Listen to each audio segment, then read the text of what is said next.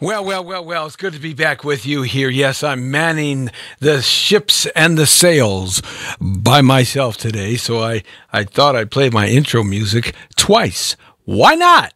Hey, I might even play it a third time. It's time for the Jesse T Show. It's good to be back with you, my friends. We are live in studio. It's you and me together again in beautiful sunny Southern California. And just a beautiful day today outside. Not too hot, not too cool. Boy, those summers are kind of easing down a little bit, aren't they? It's really nice out there, and it's good to have you along with us here. The beaches are looking good. The mountains are looking good. Everything's looking good, except there's just too many darn people living here in Los Angeles. There's just too many people. Just too many people. We got to get rid of some of these people to get back to paradise in the Pacific Blue Ocean. Hey, of course. On the air and everywhere, the Brown Beauty is back on duty. From the community to the world, it's me, the Jesse T Show, on your favorite place, thepowerofvoices.com.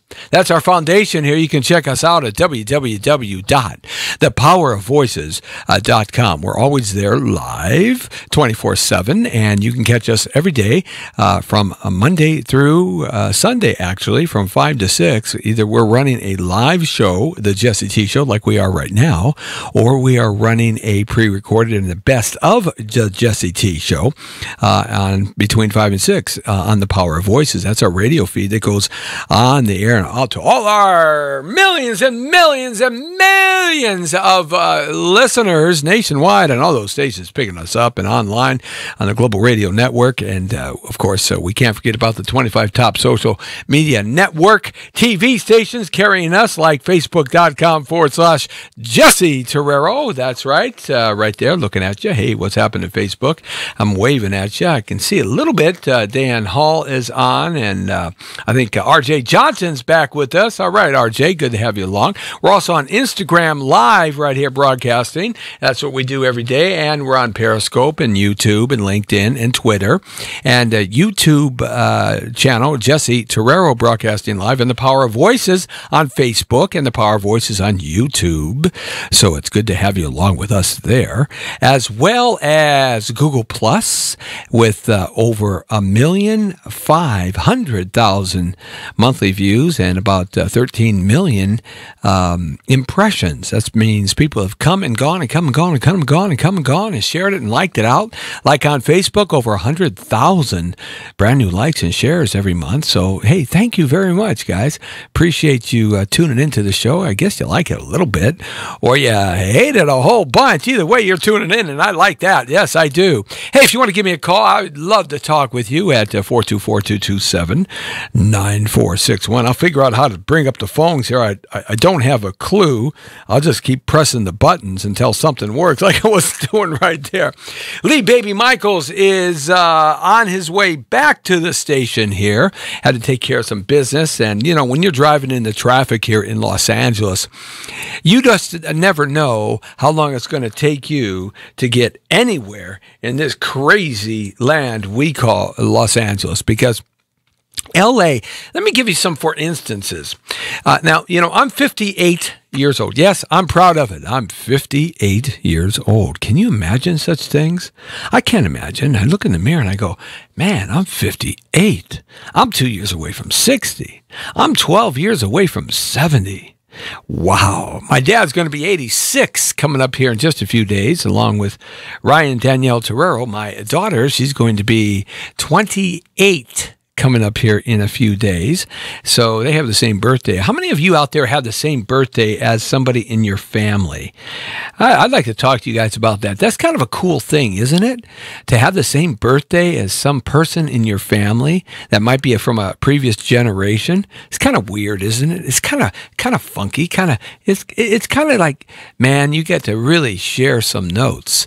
Anyhow, so but I'm 58, just turned 58, and I don't feel any different than when I was 48, but I know I'm 58. Now, it's a weird thing that goes along in your head here. You know, I train pretty much every day of the week. I run and I do a lot of fitness workout and lifting and a lot of, running the miles with the smiles, getting in shape for a big Spartan Warrior race here coming up in December. So I'm looking forward to that. That's going to be a lot of fun, like 5 miles and 22 obstacles. Oh, how fun could that be? I'm reliving my youth, jumping over walls and climbing in mud, under barbed wire, running down hills, up hills, rolling in the sand, picking up tires, picking up sandbags, picking up boxes and rocks and tree stumps and running with them and climbing nets and ropes and pulling all kinds of crazy stuff.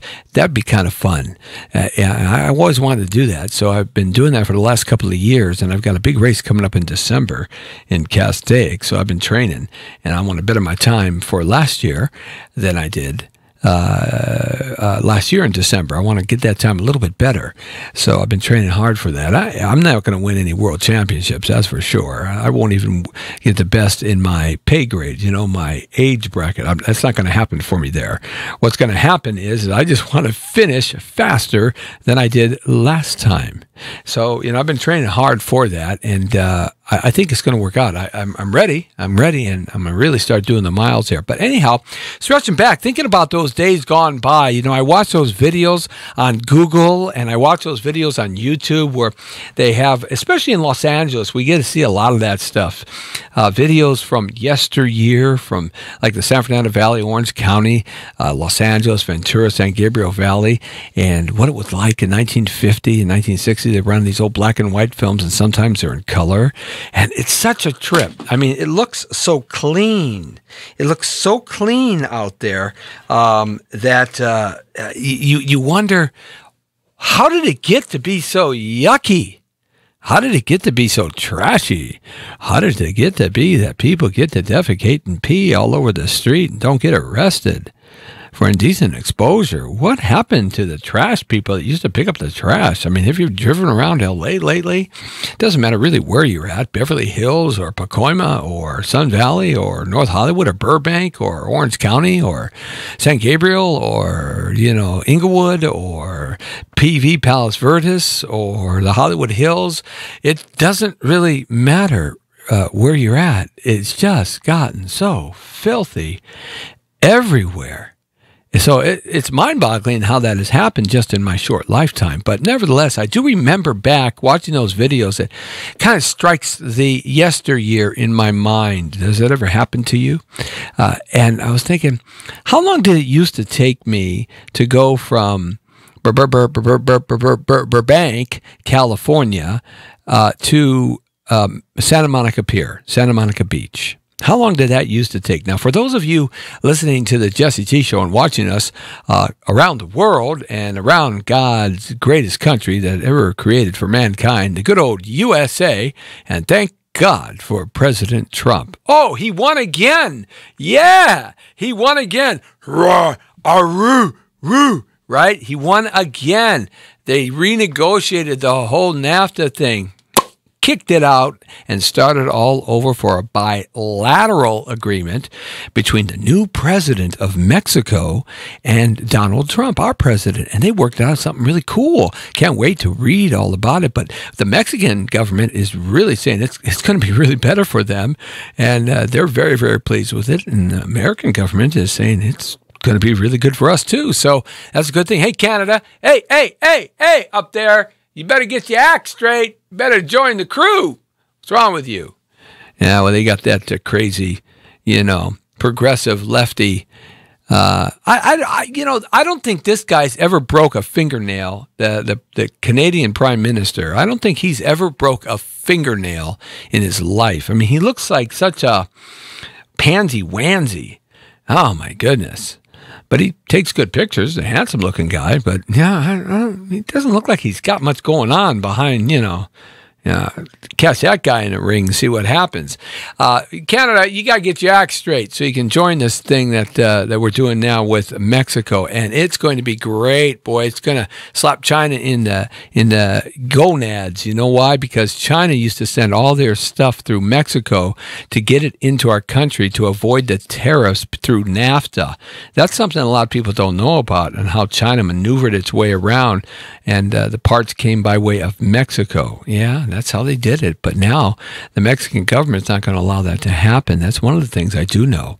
But it used to take me to go from Santa Monica to Burbank, or from Burbank to Santa Monica, when I was 16 years old in 1976. Yeah, way back when Moses walked the planet Earth and the pterodactyls were here. Yeah, I know. Yeah, I used to watch the meteors hit the Earth all the time. It was way back when the Dead Sea was alive and the Salt Lake had no salt in it. It was actually fresh water. Yeah, and the Mojave Desert was filled full of an ocean, because that was Mojave Desert, and Death Valley was a giant ocean at one time, believe it or not. But I remember in 1976, I was 16 years old, got my license, and the beach is where I wanted to go. And why is that? Well, because I like the sand, or maybe I like the beautiful blue Pacific Ocean. I like to watch the dolphins play and the seals, or maybe I just like to get a suntan. No, I like to go to the beach because there were some mighty fine-looking California beach girls there. Oh, yeah. They were left and right and everywhere. Oh, my goodness. It was unbelievable how hot the beach was. And I'm just not talking about the temperatures. Yeah, I had good luck at the beach. What can I tell you? Anyway, I wasn't a good surfer. I surfed, but I wasn't a surfer that was really very good at it. But I fell down a lot, and I used that to my advantage when I'd come on shore and, sit by a hot-looking California beach girl. Whew. And I said, "You see me surfing?" "Yeah, you've fallen down a lot." I said, Yeah.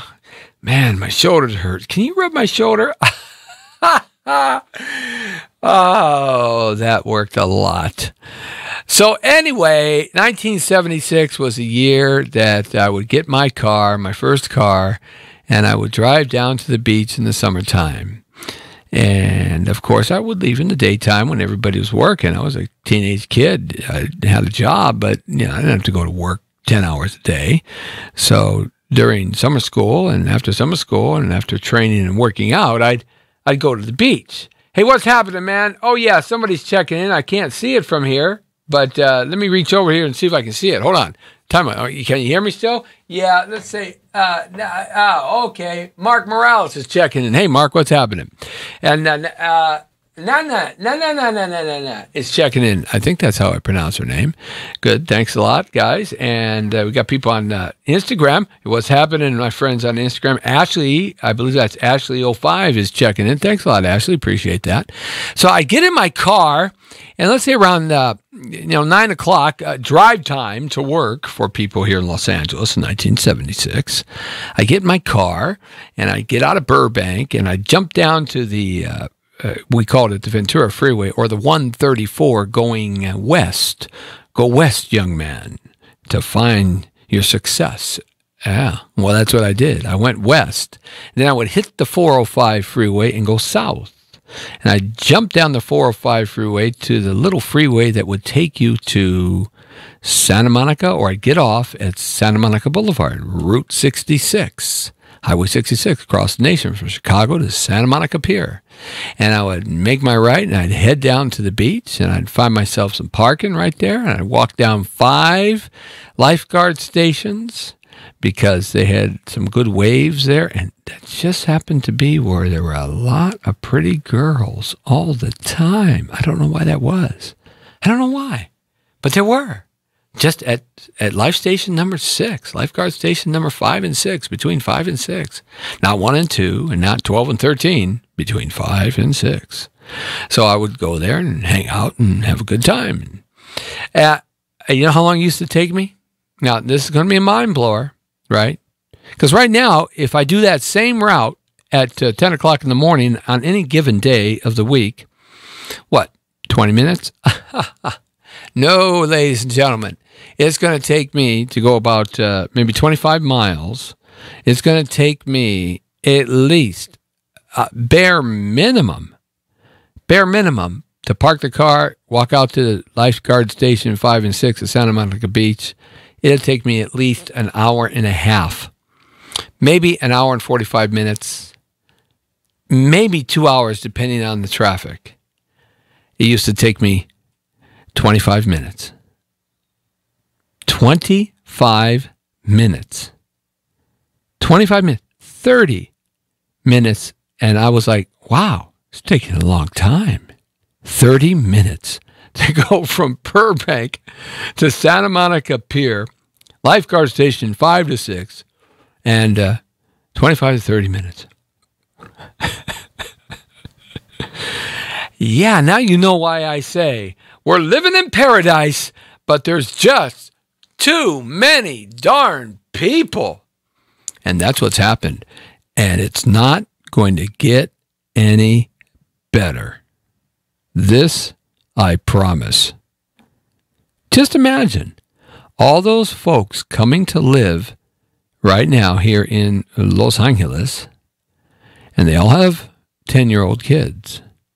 By the time their kids are 17, that's 5 to 7 years from now, depending on how old the children are, they're all going to be driving. So the family that has 2 or 3 cars is all of a sudden going to have 7 cars. Well, that's going to happen even more and more and more. And they are not going to build double-decker freeways.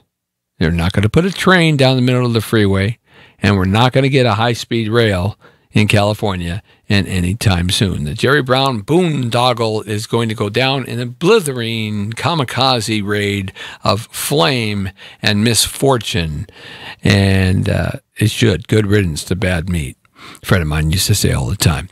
So, yeah, 30 minutes.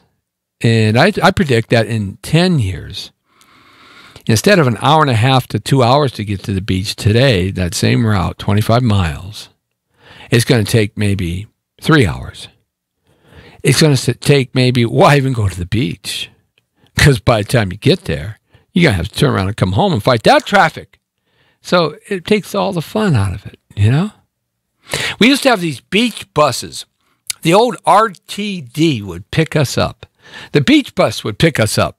And we used to have these beach buses that would pick me up at Roscoe, and Laurel Canyon.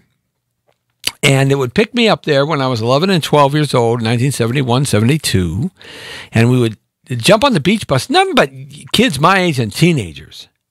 And we jump on the beach bus, and we head to Santa Monica Beach. Hey, Del Bird, give me a call, man, at 424-227-9461.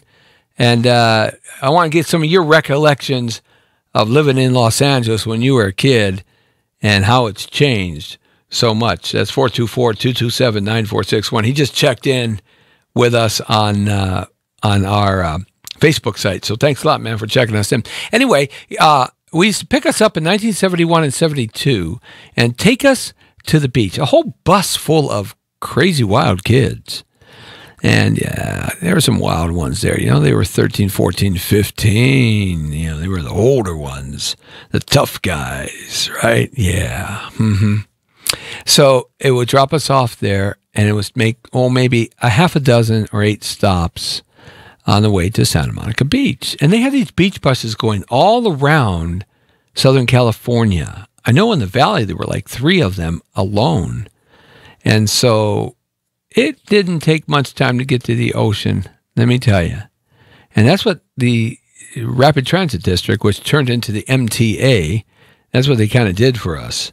here, kids growing up. It was a different world, man. I'm telling you, Van Nuys Boulevard, we used to cruise it in the middle of the week. And they cruise it, I think, once every couple of months now. It's a big ordeal, but it was nothing. It would go from Sherman Way and Van Nuys Boulevard. Now, this is a 3-lane highway going both directions. It was one of the first major commercial zones for the San Fernando Valley way back into the 1860s.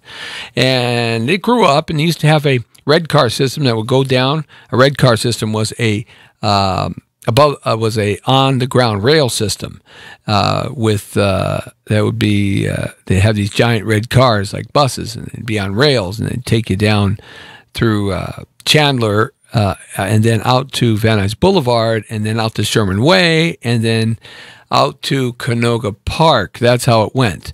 They took all that out by the late 1950s because of a lot of corruption and a coup. That's another story. But nevertheless, we used to cruise Van Nuys Boulevard. I remember 1974 when I was 13 and 73. That's when my cruising started. Oh, man. I got to tell you, it was crowded. The 3 lanes wide, bumper to bumper from Sherman Way all the way to Burbank Boulevard. Now, what that means in distance is you're looking at about, let me see, that's about 1 mile to, it's about 3, maybe 4 miles one way, and then you turn around and come back the other way.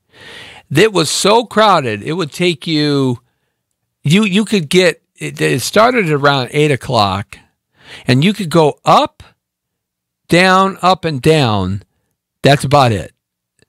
And it was so packed, and all just great hot cars, great hot chicks, 1970s, great music, Chevy vans, Ford Econolines, Dodge vans. That was like the thing. I always wanted a van, and it was just a great time. And there was no crime. There was no murders. There was no gang fights. There was no drive-by shootings. There was no breaking of the windows of the proprietors and the businesses and stealing their goods. None of the places had gates on them, on the windows. And people pick up their trash, and it wasn't like it is today down Van Nuys Boulevard. Oh, Lord. I mean, you got sticky sidewalks forever. And you know what causes sticky sidewalks? Filth and spit and poop and pee and vomit and gum and trash and beer and soda all spilled out. No one cleans anything up. Yeah, that's what it's like now. But oh boy, then it was a lot of fun. A lot of fun. I got picked up by the LAPD too, the Van Nuys division, when I was 14, because I was past my curfew. Curfew was 10 o'clock. They used to pick you up and put you in a car. This is before the police cars in Los Angeles had the gates. They didn't have these prisons in the back seat. They got these things encased like prisons now. And the reason why they do that is because the officers would get hurt with the people that they would arrest. So it's the protection of the officer. And of course, once they put you in the police car, they're taking you to the police station. But the police cars, when I was a teenager, they didn't have these gates. In fact, the shotguns were still hanging in the front of the car because they didn't have all the computers and stuff. They didn't hide the shotguns in the trunk or anything like that. And the 2 police officers would sit in front. And I remember we were picked up in a I think they picked us up in a, I want to say it was either an Ambassador, because the police were running Ambassadors. That's AMC Ambassadors, American Motors, or they were running Plymouth Satellites, one of my favorite cars. 73, 74 Satellites. Oh, those are great cars. I want one of those so bad now. It cost me about $60,000 to get that car today, the way I want it. And they picked us up on curfew, and the 2 guys I got picked up with and thrown in the back seat, I had no idea who they were. It was myself, another guy, and another guy. And the guy sitting on the driver's side, I was on the passenger side. They had those plastic cuffs behind us. And we were sitting there, going to take us to the police station, call our parents, and scare the bejesus out of us and send us home, right? So we got picked up, and there's one guy, he was a real, smart ass. He was a real jerk, a real idiot. And he was mouthing off and mouthing off and mouthing off to the cops. And I'm looking at it and I'm going, man, this guy, what an idiot. You don't do that. You know, and he was cursing and just being a horrible, kind of what you see most people do today. Everybody just accepts it for the norm today, but then it wasn't. You respected the coppers, and so the guy in the middle, he was just like too scared. I mean, I think he peed his pants. But I'm sitting over here on the passenger side, just looking. I told this guy, "Shut up." You know, I'm 14 years old. I think he was a couple of years older than me. I said, "Shut up." And he wouldn't shut up, and he started yelling at me. And I looked at him at 14, and I wanted to fight him. That's it.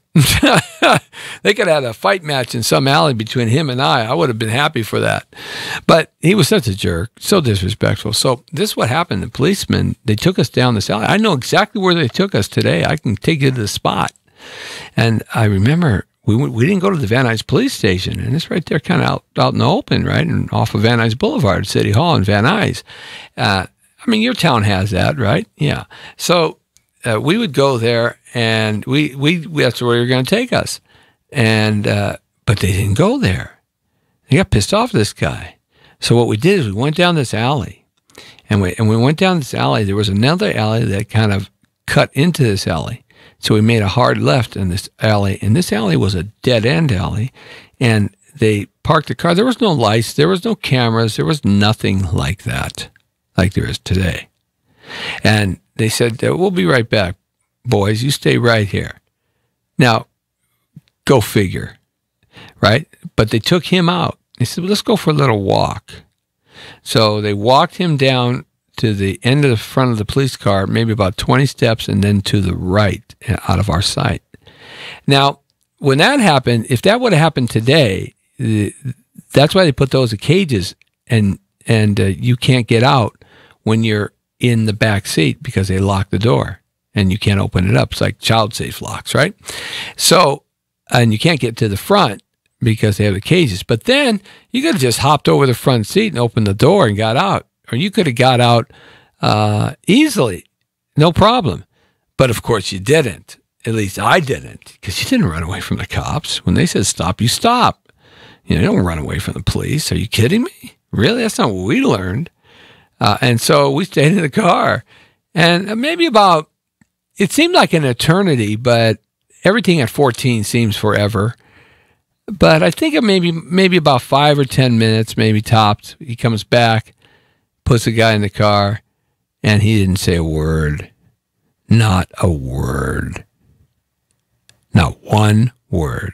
Went to the police station. We went our way, and that was it. I never saw the guy again. So I told my dad this story, and I kind of knew what they did. And I told my dad this story, and my dad said, "Well, that's what he gets. He deserved it." Yeah. What's new? That's the way it's done. So what happened was, they took him out of our sight, went to this place where they took him to a place where no one could see, and they dished out some street justice to him. There wasn't a bruise on this guy, no black eyes, no blood coming from nowhere, but they dished out some justice to that boy. And he came back, and he didn't say a word. And that's what's missing today. Justice right now. Police can't do that anymore. They can't do anything anymore. They got to wear cameras and everything. Can you believe that? They can't do anything. And the public knows it. And so the public just pushes the envelope all the time, especially here in California. They get up in their face, they spit at them, they do all kinds of stupid things and just disgusting things, hellish things. And that's part of what's wrong with our society today, is there's no instant repercussions for the things that you do or say or act. And that's a shame.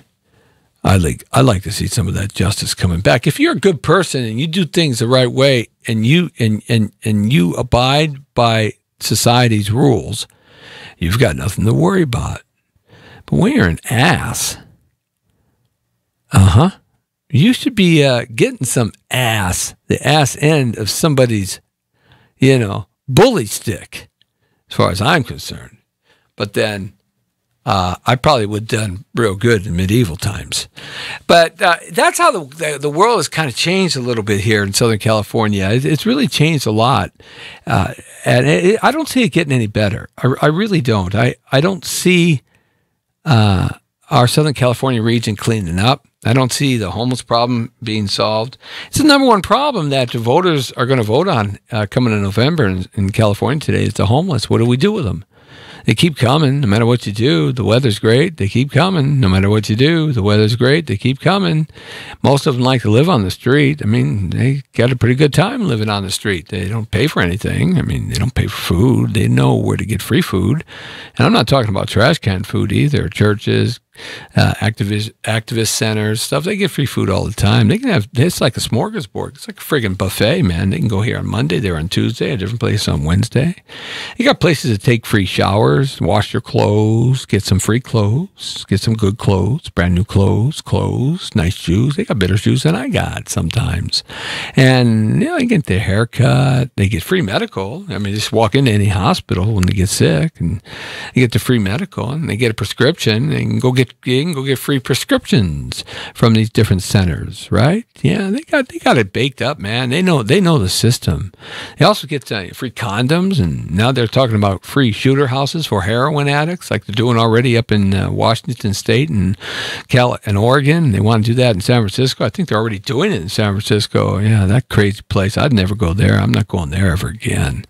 Man, I don't want to sit on a needle. There's so many hypodermic needles and people defecating and urinating on the ground. It's disgusting. A lot of big corporations are not having their conventions there anymore in San Francisco, and that's part of their major income. Well, you can thank Gruesome Newsom, the guy who's running for the Democratic Party for the governorship here in the state of California. He destroyed San Francisco. Yeah, he and Willie Brown, I think that's guys. Yeah, they just destroyed San Francisco. Gruesome Newsom just took it to the umpteenth level of progressiveness and socialism, and it's horrible, just horrendous. He's got a nice smile and those green eyes, and a handsome-looking guy. Man, he could be like a GQ model. I mean, he walks by and the girls go, "Whoo, whoo, ooh, yeah, ooh, yeah." I mean, that's probably why he gets so many good votes. You sell what you can when you're a politician. But nevertheless, I don't see California. I don't see Los Angeles changing. Do you see it changing? 424-227-9461. Do you see it changing in the next couple of years? I don't see it changing. I don't see it changing in the next 10 years. In fact, I see it getting worse. I don't see anything getting any better. No, absolutely not. I don't care how much money this state makes. I don't see LA getting better and cleaner. I don't see an environment getting better, quality of life getting better. No, I don't. Sorry, I just don't see it. Crime, our court systems are so liberal. I mean, they let murderers off in 12 years.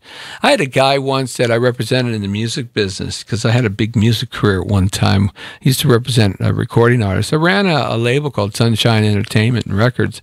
I was in charge of their publishing, and I was the international national director of sales, because we used to actually sell records at that time. Yeah, what a concept, right? We actually sell records to record stores across America. Yeah, what a concept. But and I handled all the sales and the publishing and all that stuff, but and the management of the groups too, because I brought a lot of groups to this label, and we had several big hits. Just some really good hits like Skilo and I Wish, and we had another big hit by The Movement and Jump Around and Jump Everybody, and we had another big hit by Miranda, the first Miranda. She was a big West Coaster. I think she sold about 300,000 or 400,000 units, and then even before that, I had did a lot of stuff with Tone Loc and Young MC, and a lot of rap artists that came through, and had some early rock and roll stuff I did in the 1980s, and so I did a lot of stuff, right? And so I worked there in the music business for a long time, and when you think about how everything's changed, and the lyrics and the music has gotten so violent and so outrageous, and just some sort of emulates society in a lot of ways. I just don't see things changing. I don't see things changing for the better, especially here in Southern California. I see the rich getting richer and the poor getting poorer, and the homeless growing because they like to be on the street. I think it's something to the tune of $40,000 to $50,000 worth of products, goods, and services that they get for free that you've got to work 50, 60, 70, 80, 90 hours a week to make that kind of money. They get it for free. So why would you want to leave the street, man? They even get free sex, and they don't have to pay for rent. They don't have to go to the motel room, man. They just throw some cardboard down. They're doing the wild thing, man. The bing, bang, boom, bada bing, bada boom. I mean, so yeah, homelessness isn't going to go away. Human trafficking is exploding. You know, I'm the director of the Coalition Against Human Trafficking here in Los Angeles. Let me tell you, they don't talk about it too much anymore because it's kind of got passe, but it is exploding all around Los Angeles. It's unbelievable because MS-13, El Norte, Mexican Mafia, La M, 18th Street, all these big, giant Latino gangs, Crips and Bloods too. They've got into away from drugs as much, and maybe guns and drugs and stuff like that. They're really moving into human trafficking because human trafficking it's easy. You know, your supply is always there. There's always some girl or some little boy or some little girl walking home from school, from middle school or whatever, and you can catch them on the internet, and they're easy to lure to a fake party. It's easy pickings for these people, and there's always a good, new, fresh, young supply coming over the border illegally. I mean, MS-13 is now targeting African American or Black families, Black American families. You see that article? Yeah. They're actually targeting. There's a decree gone out to MS-13 that says if you see a black person, kill him. Simple. If you see a black person, shoot him, beat him up, chop her up, destroy them. Yeah, that's what MS-13 is doing. Oh, you didn't know that, did you? And MS-13, most of the guys here are here illegally. Yeah, and all the other gangsters are starting to follow that. Why? I don't know why, because they just don't like black people, I guess. They want to kill them. Well, actually, one of the reasons is because a lot of the neighborhoods that used to be more African-American or more Black American are now all Central American. And they want to do the clampdown. They want to, they want to run those numbers. They want that protection money from the businesses, and they get it. They make a lot of money that way. Yeah, it's like the mafia all over with times 100. These people blow your house up. They'll chop your daughter up. They'll put your grandson in a meat grinder. I mean, these people are sick, disgusting, rat bastards. Right? I mean, they're really ratty, sick, disgusting, illiterate scumbags, right? And they got an open contract, here in Los Angeles County. Yeah, but you didn't know that. That's why a lot of these neighborhoods are. That's one of the reasons why a lot of these neighborhoods are being regenderized, and a lot of the black families are gone. They're not coming back. You want to have your house blown up and your car blown up, and your little boy shot in the head in front of you in your front yard, like they did just a couple of years ago with that man and his great son, who was a great, very smart kid, like a genius and an athlete and everything. He was just walking home, and he got himself killed by an MS-13 member. All these people are illegal. I don't get it. I don't get it. All these people are illegal, killing American citizens, but yet you don't want to put up a wall. Go figure that one out. There's an oxymoron there. I think there's just a moron there, and take the oxy out. Build the wall, redo our immigration rules, make it easier and harder, and check them out more, right? And let them back in. They got to prove themselves. Do something that's fair between both countries, okay? And do it right. What's wrong with that? Oh, yeah. Oh, wait. Yeah, that's right. Because you want the voters, don't you? You want those people to vote for you. So don't get me started on that. Hey, because tomorrow we got a great show lined up. Tomorrow we have the real story We got the Double D's checking in, D. Craig's checking in, and Dale Bird. And I like those two fellas because they're the best of friends for about 50 years, but they are on opposite ends of the political spectrum. And I get to ride the wild pony, man. Yeah, I get to ride the wild horse. I get to ride like that supersonic plane and throw some fire at each other and get this generated, get it going. Because you see, I don't want to hear what all the alphabet soup people on TV have to say, the commentators and the politicians. I don't want to hear any of that stuff, because we hear that stuff all the time. I don't want to hear the professors and the lawyers and the CIA guys and all these smart people that are supposed to know more than me about that and about everything. I don't want to hear that. I want to hear what you, the people, have to say. Because after all, we, the people, have to live with what these nincompoops and yahoos do, right? We have to suffer the consequences of their horrible decisions to grease and line their own pockets, right? But we have to suffer from it. That's what the Tax Act was in 1917 and the Federal Reserve Act in 1913. You can blame Woodrow Wilson, traitorous president he was, progressive too. Yeah, he was a progressive, and he was governed and owned as a puppy lapdog of J.P. Morgan Chase. Sure bet he was. But, we suffer the consequences from it, right? Yeah, of course we do. Yeah, they don't care about you. They care about us. If they did, they'd do something about it. If they did, they'd do something about homeless. If they did, they'd do something about all this exorbitant pharmaceutical costs and monies. If they really cared, they could make it work, but they don't care. They just want to care about putting you against me and me against you and us against each other and everybody against everybody, because that's how they keep in control. It's like the illusion artist at the Magic Castle over there in Hollywood. If you've ever been there, it's invite only. It's a lot of fun. Very cool. I love those in-tight, close magicians. Their hands are going left and right, and man, they're doing stuff. I love that David Blaine kind of stuff right in front of you. Try to figure it out. And no matter how smart you are, you can't figure it out. But, so I don't see things getting any better. I don't see things. If they want to make things better, they could make things better, like building the wall. Build that wall. Build that wall. You know that John McCain, the hero? Yes. Look, here's my feeling on that. We're going to talk extensively about that tomorrow on The Real Story. Two real dudes working hard for their living, working hard for their families, and myself, Jesse T, on the Jesse T tomorrow. Tomorrow at 5 o'clock, we're going to be talking about that story, and we're also going to be talking about this story here and John McCain, and we got some other good stories we're going to chew up and chomp up, and kind of three guys sitting at the bar having a 7-Up. Because, I don't drink. They might drink. I don't drink. I'm going to have a 7-Up. And I really don't even drink 7-Up. Just give me some water. Nice cold glass of water. Yeah. There you go, with a cherry on top. There you go. A little splash of soda in there to give it a little bubbly bub. But, so we have a great go-around. I mean, it's a lot of fun.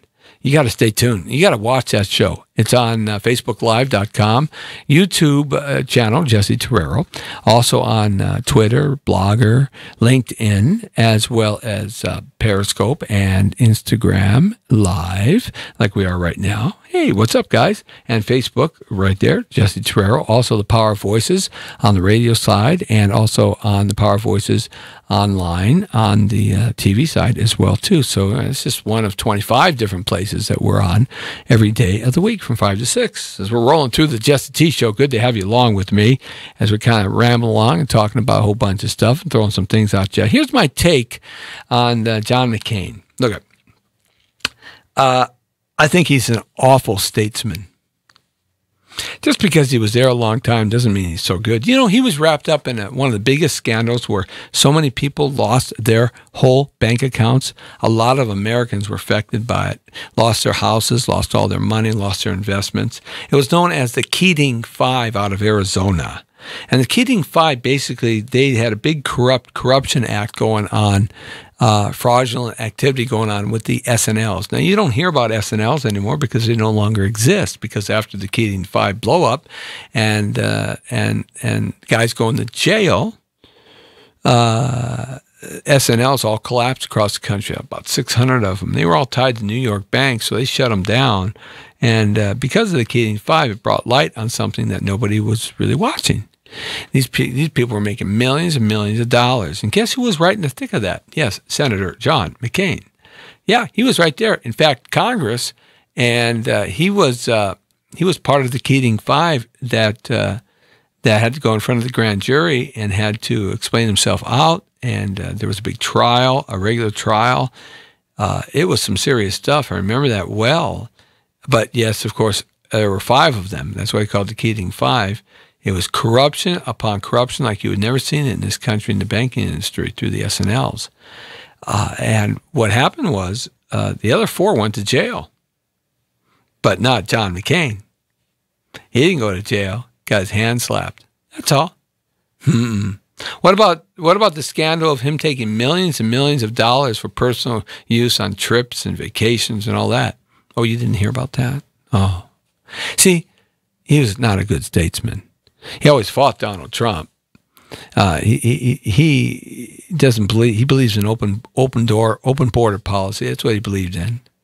I mean, there's so many things. I don't think he was a great statesman at all. Absolutely not. I mean, how do you go making $225,000 a year as a senator? That's what they make for the rest of their life after they get voted in one term, and then revoted one more term. They get $225,000 in free medical the rest of their life, and so does their family. But how does a guy going from making what today's wage, $225, maybe 20 years ago it was a little less, but it was equal to what it is today. How do you go about making $225,000 a year, but at the end of your career, you're worth $200 million? Now, please, would somebody show me how I can take my $200,000 a year and turn it into $200 million in less than 20 years? I would take that ticket, man. I'd pay $50 to go to that show.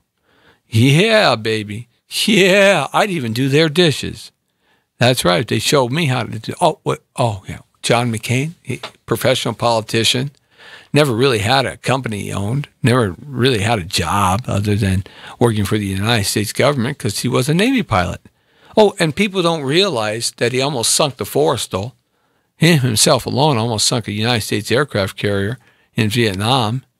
So they shipped him off, and he went to the Essex, and then he goes and bombs a manufacturing plant, him and a couple other guys on a low-line flying raid, and he got himself shot down and sat in a Hanoi Hilton being tortured and beat up and everything that happened to him. That's why he walked so funny, because his body was completely destroyed. So, yeah, you didn't know about that, did you? Well, now you do. But here's the point. Hey, he did win all those rewards and awards and those medals, and you cannot judge John McCain, the statesman, by John McCain, the warrior. He was a warrior. His father was an admiral. His grandfather was an admiral. I think his great-grandfather was an admiral.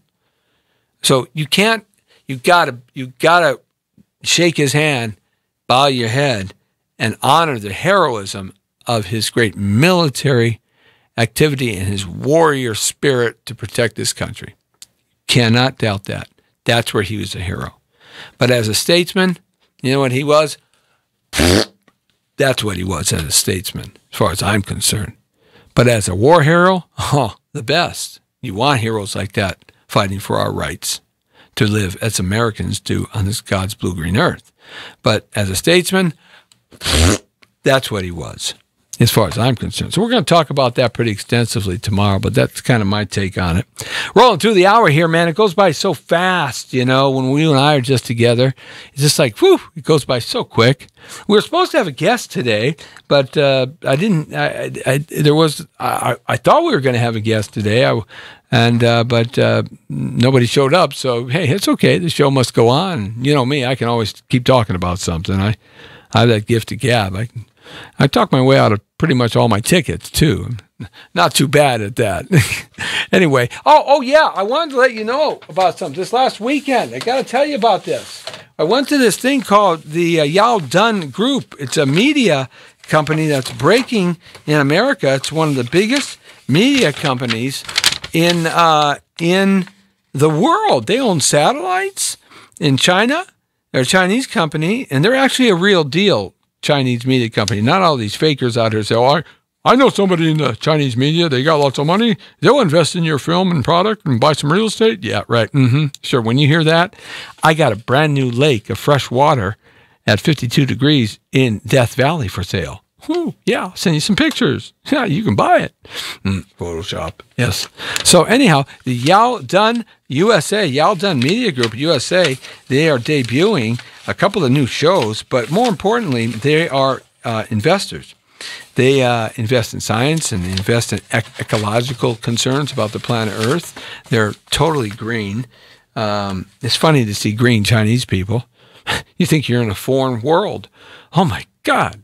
They're green Chinese people. Have you noticed that all science fiction movies, all of the aliens look like they're from America with makeup on? Yeah. Well, was God a racist? I mean, didn't he like Chinese aliens, or didn't he like Mongolian aliens? They're all like, American aliens. Take the makeup off and they'd look like you and me. Weird observations. Yes. Clean thoughts on a dirty wall. I should say dirty thoughts from a clean wall. But anyhow, Yao Dun Group, they had us out there for a press conference at the Fashion Newport Hotel in Newport Beach. What a beautiful time we had. And if you go to my Facebook site, facebook.com/Jesse Torrero, you can see pieces of the show that we did and interviews and stuff. It was very cool, very exciting. And we appreciate Anita and the gang over at the Elegance PR firm that brought us on there. This is now the second or third thing that we've done for them. Premiere red carpet interviews and lots of excitement, and do a little write-up in one of the papers I write for. So we were real pleased, and it was our honor to be there, and thank you very much, Anita. Look for them, the Yao Dun Group. Guys, if you're looking for some money for your projects, and it's a good sound project that has an international flavor and a positive message of built around our ecosystem in the world and cleaning things up and keeping things going in the right way, hey, get in touch with me, Jesse T, and I'll help you get in touch with them because they're the real deal, guys. So that was a lot of fun. We did that this last weekend, and we always got something going on. You never know when we're going to show up, man. I might show up in your living room one day and you say, what are you doing here? I said, hey, I'm here to have some barbecue chicken. And do my show live, the Jesse T Show, from your kitchen, eating your chicken. Why not, right? That would be kind of fun, don't you think? Hey, we talked about a lot of fun stuff today, and stuff that, sometimes I don't get an opportunity to talk about too much. So it was a lot of fun talking about that stuff today. And as I'm rambling on, I feel like a rambling man, right? Ramble, right? Oh, that poor Molly Tibbetts. Another illegal alien killing an American citizen. What are we going to do? My. What are we going to do? I wonder if Congress is ever... Who cares who pays for the wall? Get the wall up. It's the first part of a complete new immigration system. Just start getting it up faster and bigger. So that Molly Tibbetts of our country won't get killed by illegal aliens. There's so many of them out there. It's almost mind-boggling. It really is. So many of them are habitual criminals. It's really a shame in so many ways. It's kind of sad when you think about it, that we allow our great nation to be infiltrated by these people. I think, I've said it many times. What we need to do is just lock down our country for about 5 years, at least 2 years, and get our immigration system right and take our country back. That's why I like President Trump. At least he's trying to do something. Something. Maybe he's not doing everything the way everybody wants him to do it, but he's trying to do something. Something right. And all the progressive lefties, all they want to do is just attack him. Attack him for no other reason but just to attack him. I mean, look at the great things that he's done. You can't deny these facts, but they want to attack him for what he said. I don't really care if he slept with 400 girls. I don't care if he, Wilt Chamberlain said he slept with 10,000 women. Wilt the Still Chamberlain, one of the greatest basketball stars in the world. Do we care about that? No, we just knew he was 7 foot, and he's the only guy that could, He's the only guy that made 100-plus points. And he's the only guy that could shut Lou Alcindor and his skyhook down, otherwise known later on as Kareem Abdul-Jabbar. Nobody could stop Kareem's skyhook except Wilt the Stilt Chamberlain. So, Warren Beatty, the actor Warren Beatty, said he slept with over 5,000 women. So who cares? I don't care. Care less. Makes no difference to me. They make good movies, and he was a good basketball player. So, what he did before he was president, who cares?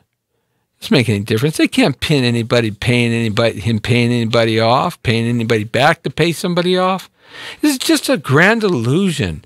Just to fight, and be obstructionist, and you lost, and you hate his guts. I get it. That's okay. You can hate his guts. I mean, there's no problem with that. But they don't care. They don't care about this country. If they cared about this country, they'd do the right thing, get behind some of these things this man is doing. Because everything he's doing isn't bad. Hey, they busted that judge, gave him 20 years in prison for human trafficking, that Kentucky judge. My goodness. Yeah. Finally. Bust that boy. What a scumbag he was. I'd like to take that judge and give him a good busting. What can I tell you? Love to bust him up a little bit. These people are so disgusting. Yeah, they're so disgusting, these people that hurt little boys and little girls, these priests. There's a reason why the Catholic Church can get away with it.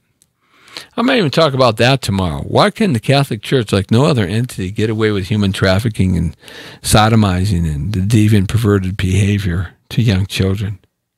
Boys and girls. Doesn't matter. We're gonna talk about that one tomorrow too. I like that one. That's a good one to talk about. Tomorrow, right here on the Jesse T Show, it is The Real Story, bringing you the day's issues from D. Craig and Del Bird.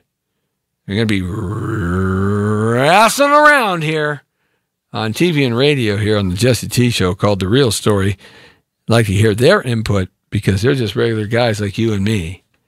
And I like to hear what they have to say. The perspective is different. And we let it fly, guys. We let it fly. We do not worry about censors and what we can and cannot say. We say what we need to say the way we feel how it needs to be said based on our opinions. And here's the beauty of it. We always walk away as friends.